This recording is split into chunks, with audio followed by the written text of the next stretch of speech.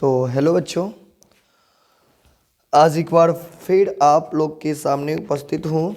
12.2 chapter ख़त्म, exercise ख़त्म करने के बाद आज मैं प्रश्नावली 12.3 कवर करूँगा। ठीक है, आज हम लोग 12.3 को कवर करेंगे। देखिए बच्चों, इसमें इस चैप्टर में थोड़ा सा माइंड लगाने वाली बात होगी, दूसरा कुछ नहीं है। यहाँ पे माइंड क्या लगाना है कि छायांकित भाग का क्षेत्रफल ज्ञात करना है। तो छायांकित भाग का क्षेत्रफल ज्ञात करना है, हम लोग आसानी से ज्ञात कर लेंगे, है ना। इसे माइंड थोड़ा सा लगाना क्या होगा कि कहाँ पे मतलब कि त्रिभुज बन रही है, कहाँ पे अर्धगोला बन रहा है, कहाँ पे चाप की लंबाई हमको निकालना है, कहाँ पे हमको त्रिज्यीखंड बन रहा है, कितने त्रिज्यीखंड बन रहा है, थोड़ा सा ये माइंड लगाने वाली बात होगी। कहाँ पे हमको चतुर्भुज का चतुर्थांश बन रहा है ना, ये सब वाली बात होगी, दूसरा कुछ है नहीं। और ऑल टू ऑल फार्मूला जो मैं आपको बताया हूँ वही लगेगा। ठीक है ना। तो आइए बच्चों, पहला क्वेश्चन पे हम लोग आते हैं, ज़्यादा ना बात करते हुए। पहला क्वेश्चन, इस प्रश्नावली की पहला नंबर क्वेश्चन, 1 मिनट रुक जाइएगा।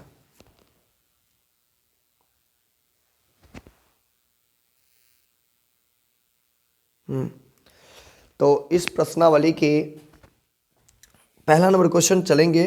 कह रहा है कि छायांकित भाग का क्षेत्रफल ज्ञात कीजिए।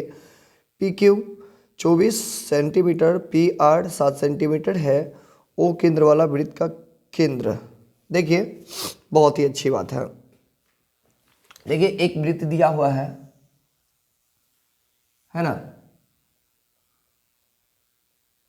तो इसमें कर रहा है क्या, देखिए यहाँ आपके किताब में इस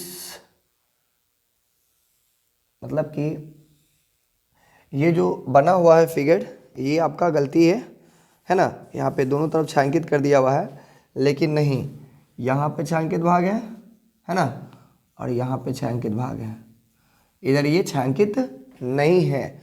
ठीक है ना। तो इसमें से केंद्र क्या दे दिया है, O, और इसमें से केंद्र Q दिया हुआ है, सॉरी ये पॉइंट, और ये है P, और ये है R, है ना। तो इसी में से हमको P और Q जो दिया हुआ है यह 24 सेंटीमीटर है, और PR जो है यह 7 सेंटीमीटर है। तब हमको छायांकित भाग का क्षेत्रफल निकालेंगे, छायांकित भाग का क्षेत्रफल। तो देखिए तो बच्चों, हम लोग छायांकित भाग का क्षेत्रफल निकालने जा रहे हैं। छायांकित भाग का क्षेत्रफल। अब हम लोग थोड़ा सा माइंड लगाते हैं, छायांकित भाग कहाँ का है। छायांकित भाग यहाँ है और यहाँ है, यानी कि ये जो लाइन जो है, इस लाइन के इधर ही है टोटल छायांकित भाग। तो यह एक अपने आप में क्या बन रहा है, यह एक अपने आप में अर्धवृत्त बन रहा है, आधा वृत्त, यानी कि अर्धवृत्त बन रही है ना। तो अर्धवृत्त के क्षेत्रफल में से इस त्रिभुज का क्षेत्रफल को घटा लेंगे तो मेरा ये पूर्ण, देखिए यहाँ पे एक अर्धवृत्त है ना। तो इसी में ना क्या बन रहा है कि त्रिभुज बन रहा है। हम लोग क्या करेंगे कि इस भाग का और इस भाग का क्षेत्रफल निकल जाएगा, ये पूरे अर्धवृत्त के क्षेत्रफल में से इसको माइनस कर लेंगे तो ये मेरा निकल जाएगा, है ना। हाँ, तो यहाँ पे ये त्रिभुज का क्षेत्रफल को हम लोग माइनस कर लेंगे, है ना। तो वही चीज करते हैं, अर्धवृत्त का क्षेत्रफल,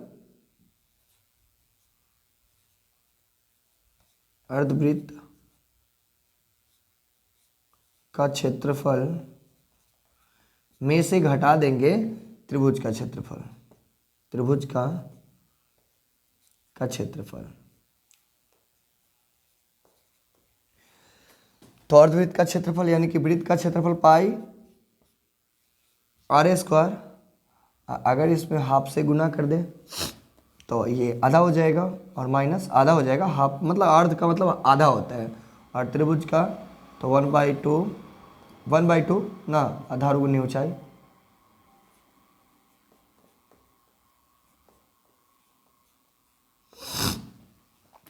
अब लीजिए पाई, पाई का मान नहीं दिया है, 22/7 लिखेंगे और गुने आर। अब देखिए समस्या फंस गई। आर आपको कहाँ से मिलेगी? तो आर कोई भी त्रिज्या, ये होता है ना कि यही न है, ये अर्धवृत्त यानी कि यह इधर भी वृत्त बना रहा है, इधर भी वृत्त, इसका मतलब यह केंद्र के सेंटर से यानी कि केंद्र से होकर के लाइन गुजर रही है, तो यहीं पे कहीं पे त्रिज्या बनेगी। लेकिन ये रेखा तो हमको दे नहीं रखी है, तो इसको निकालने के लिए हम लोग यहाँ देखिए पाइथागोरस प्रमेय का अप्लाई करेंगे, है ना। तो हमको यहाँ पे पाइथागोरस प्रमेय से पाइथागोरस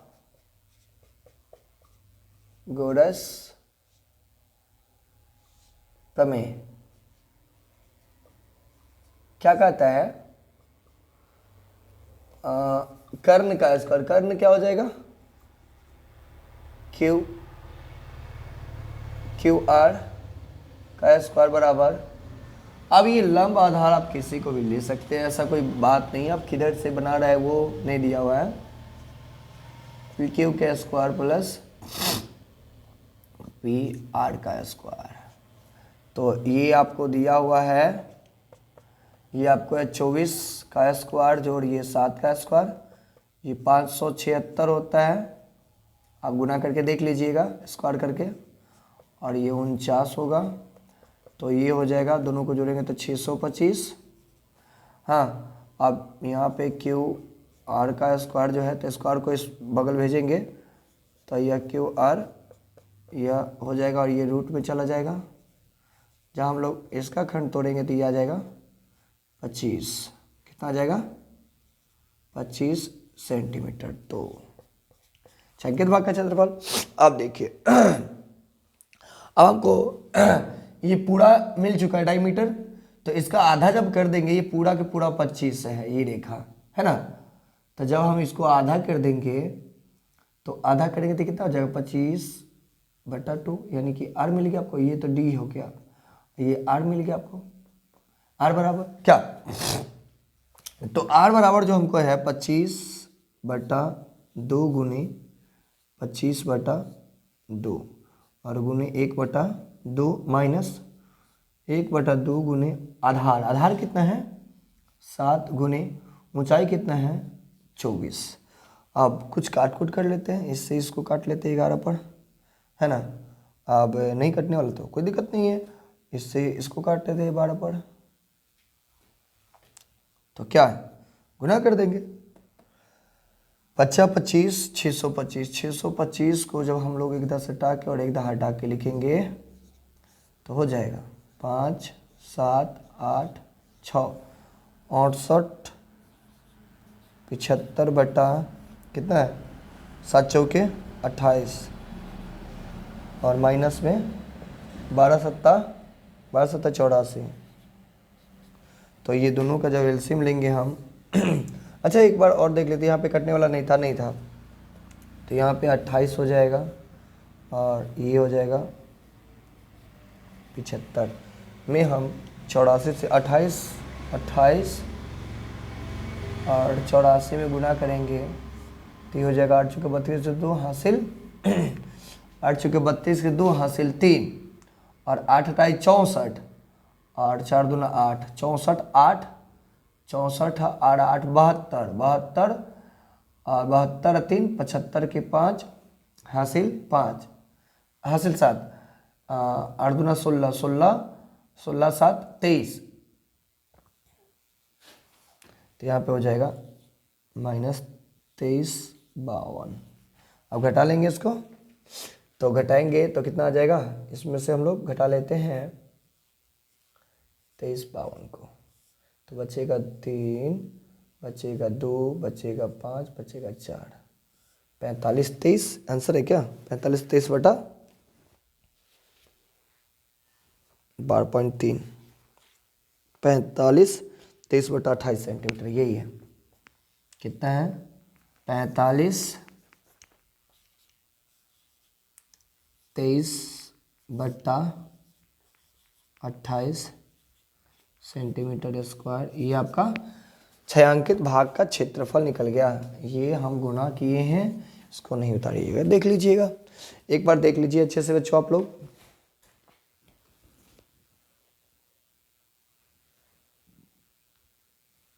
ठीक है, तो चलते हैं, मिटाते हैं।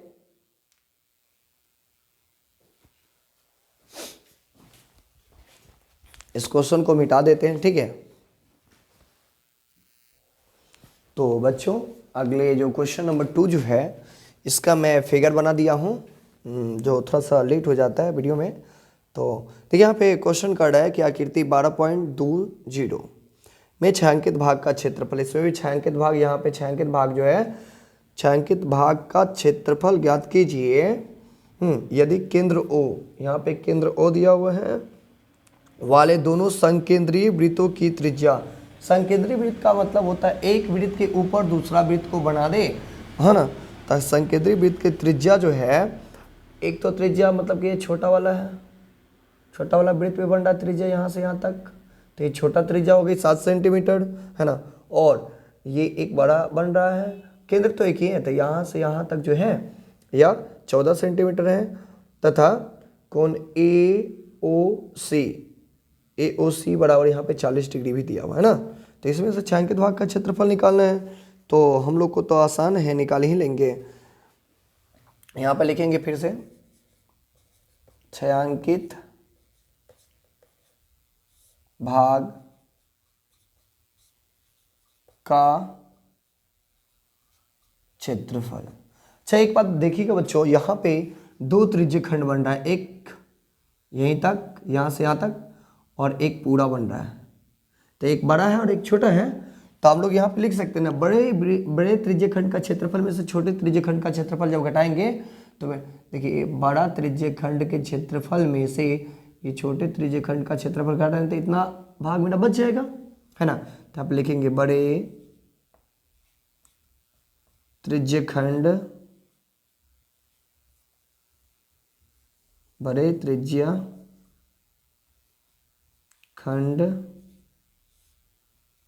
का क्षेत्रफल, और माइनस कर देंगे छोटे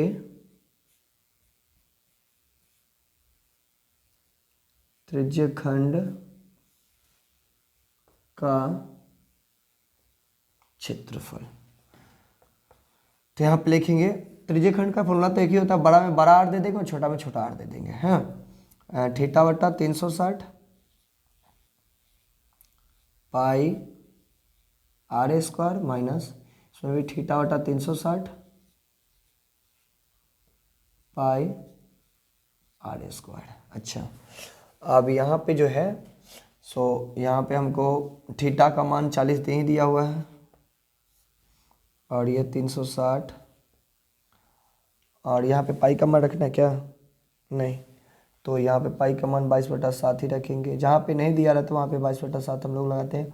और आर, बड़ा आर जो है वह 14, यानी कि 14 गुना 14 माइनस, या थीटा तो 40 ही है दोनों के लिए, और ये 60, 22/7 गुने 7 गुना 7। ठीक है, तो अब हम लोग काटते हैं, इससे इसको काटेंगे, 9 चौके 36, 9 आ गया। अब हम लोग इसको काटेंगे 7 दूना 14, अब नहीं कटेगा, नहीं कटेगा तो छोड़ देंगे इतना ही पे। ठीक है, इसको काटते हैं, 0 से 0, 9 चौका 36, 7 से 7 को काट दिए। अब लीजिए गुना करते हैं, 22 दूना की 44, 44 में 14 से जब गुना करेंगे हम लोग तो 4 चौके 16, 4 चौके 16, 4 20 के 4 चौके 16, 4 20, 1 21 के 1 हासिल 1, और 4 1 4 है, 4 और 2 6 होगा, करने कि यहाँ पे 20 का था, 4 चौके 16 के 6 हासिल 1, और 4 चौका 16, 4 1 4, 16 4 20, आई में के हासिल 21 के 1 हासिल 2, 4 1 4 2 6, यानी कि 616/9 माइनस 22, 22 सत्ता कितना हो जाएगा, 154 शायद, 7 दूना 14 के 4 हासिल 1, 7 दूना 14 15, है ना। 154/9, दोनों तरफ 9 ही 9 ही बच रहा है, तो दोनों का ये एलसीएम लेंगे 9, ये हो जाएगा 616 माइनस 154। अब घटाएंगे तो 154 को जब घटाएंगे तो यहाँ पे बचेगा 2, यहाँ बचेगा 6, 5 में से 4 गया, 5 में से 1 गया 4, 662 सॉरी 462/9 सेंटीमीटर स्क्वायर। ये आपका आंसर एक बार दिखा देते हैं, है ना। ये कट भी सकता है, ठीक है, इसको काट भी सकते हैं यहाँ से। तो यहाँ से हम आपको 3 से इसको काट दें, 3 से काटेंगे तो ये हो जाएगा, 1 मिनट रुक जाइए, इसको इधर लिख देते हैं, कितना हो जाएगा, हाँ 2 और यहाँ बचेगा 11 में से बचेगा तो 6 और ये हो जाएगा 462/9। अब इसको काटते 3 पर, 3 तिया के 9, 3 से इसको 3 इकाई 3, 3 पचा 15 और 3 छक्का 12, सॉरी 3 चौका 12, तो ये हो जाएगा 154/3 और सेंटीमीटर स्क्वायर। ये आपका आंसर हो गया, ठीक है बच्चों। एक बार देख लीजिएगा, एक बार आप सभी आदमी देख लीजिएगा।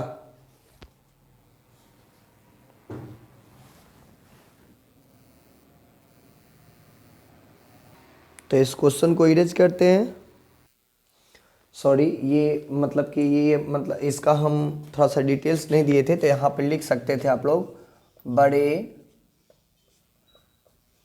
त्रिज्या खंड का त्रिज्या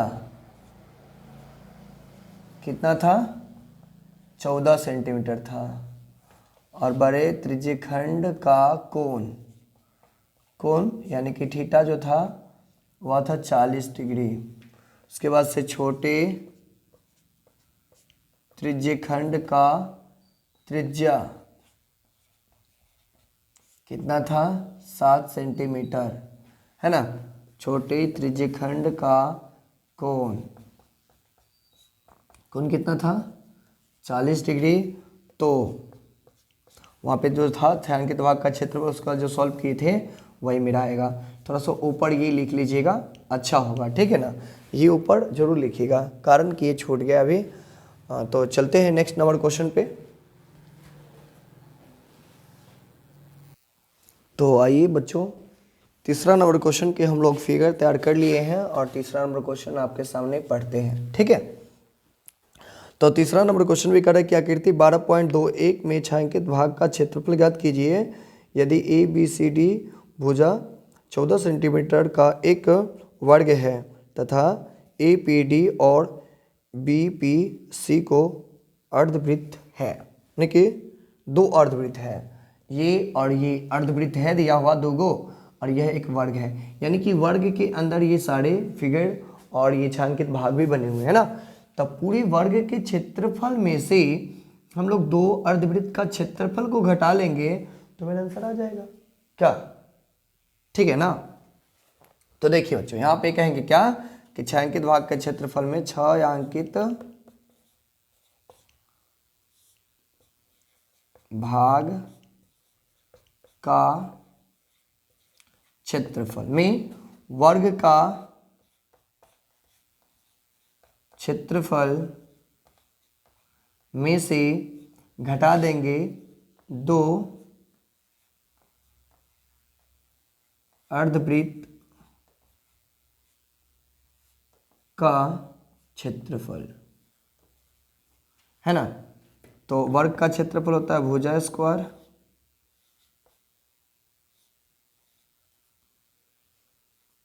स्क्वायर, है ना, माइनस 2, ये हो जाएगा अर्धवृत्त है तब पाई R स्क्वायर अब बट्टा में 2 से, है ना।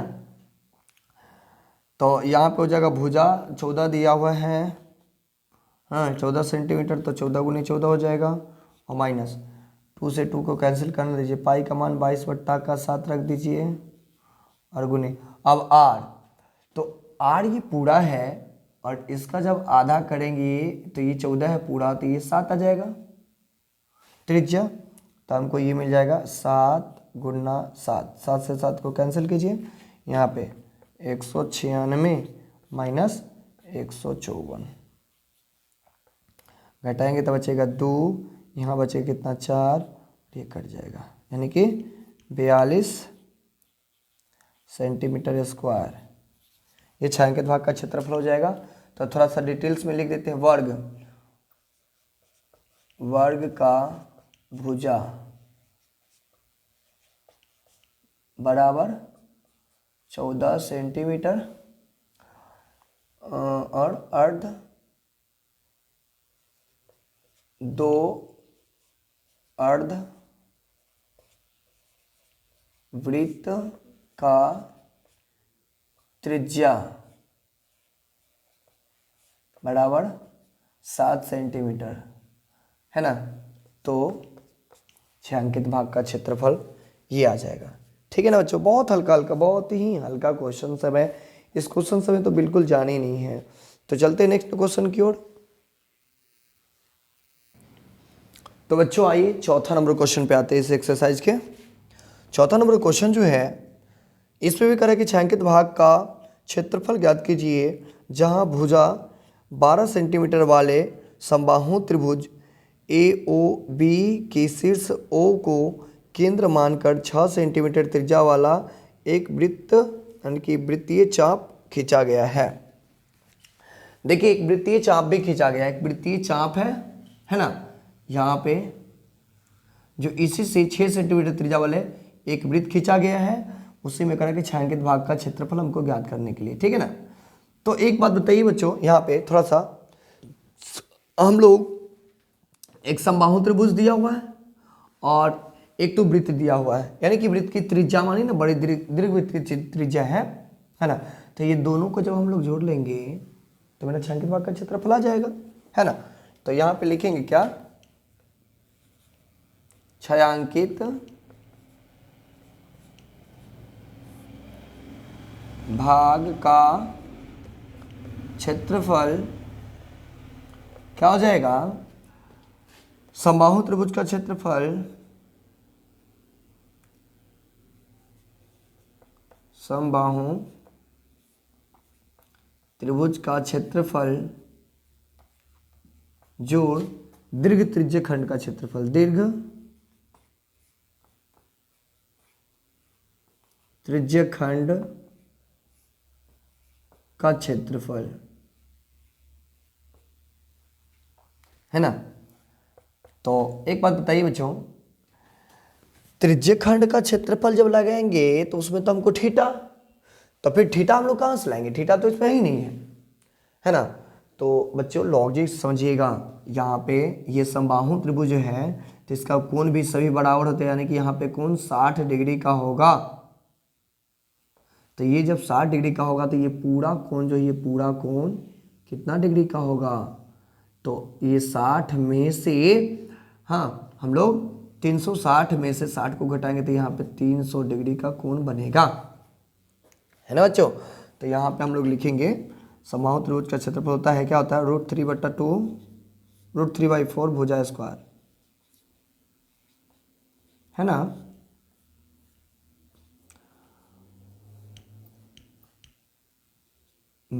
प्लस दीर्घ त्रिज्य खंड का क्षेत्रफल, तो वही होता है θ/360 पाई r², है ना। तो यहाँ पे हो जाएगा √3/4 और भुजा कितना है 12 गुना 12 और जोड़ ये कितना हो जाएगा, ये हो जाएगा आपको थीटा तो हो जाएगा 300/36 जीरो यानी कि 660 और पाई का मान दिया है क्या, नहीं, तो 22/7 गुने इसका आर कितना है, तो ये आर है 6 गुने 6। अब इसको काटेंगे 0 से 0, यहाँ पे 6 से काटेंगे तो 6 5 छक्का 30 और 6 1 36, 6 से 6 को काट दीजिए और ये अब तो कटने वाला है नहीं, ये इसको काट सकते 4 तिया 3 मरतबे, तो यहाँ पे हो जाएगा 36√3 और प्लस यहाँ हो जाएगा 22 पंजा 110 और 6, 22 पंजा 110 और 6 से गुना कर दें तो 0, 11 6 66, 660/7 ये मेरा आंसर हो जाए, क्योंकि √3 का मान तो दिया नहीं है। छायांकित भाग का क्षेत्रफल, ठीक है ना।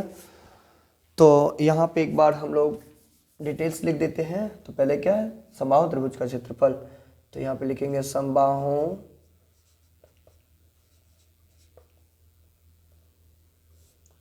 त्रिभुज का भुजा, ये जो है आपको 12 सेंटीमीटर है ना। यहाँ लिखेंगे दीर्घ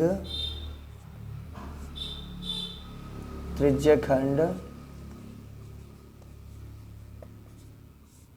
का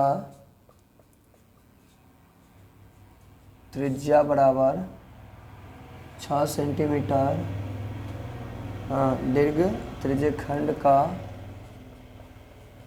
कोण कि थीटा बराबर 360 माइनस 60 डिग्री, यानी कि समबाहु त्रिभुज का क्षेत्रफल तो घटाएंगे तो यहाँ पे 300 डिग्री है ना। तो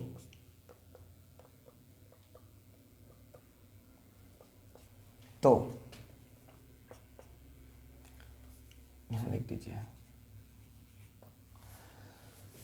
तो छायांकित भाग का क्षेत्रफल ये आ जाएगा, ठीक है बच्चों। तो आज के लिए इतना ही रहने देते हैं, फिर मिलेंगे कल हम लोग अगले वीडियो के साथ। वीडियो पे लाइक कमेंट और शेयर जरूर कीजिएगा बच्चों, और अगले बच्चों को देखने के लिए थोड़ा सा शेयर कर दीजिएगा अच्छे से, और अच्छा लगे तो सब्सक्राइब कीजिएगा जरूर चैनल को, ताकि 1 फरवरी से आपको एनसीईआरटी का वस्तुनिष्ठ प्रश्न आपको देखने को मिलेगा, और ये बहुत ही सुंदर आपको जो आपको मतलब कि बोर्ड एग्जाम में पूछा जाएगा वही क्वेश्चन में A to Z कराऊंगा। Okay bye, good morning.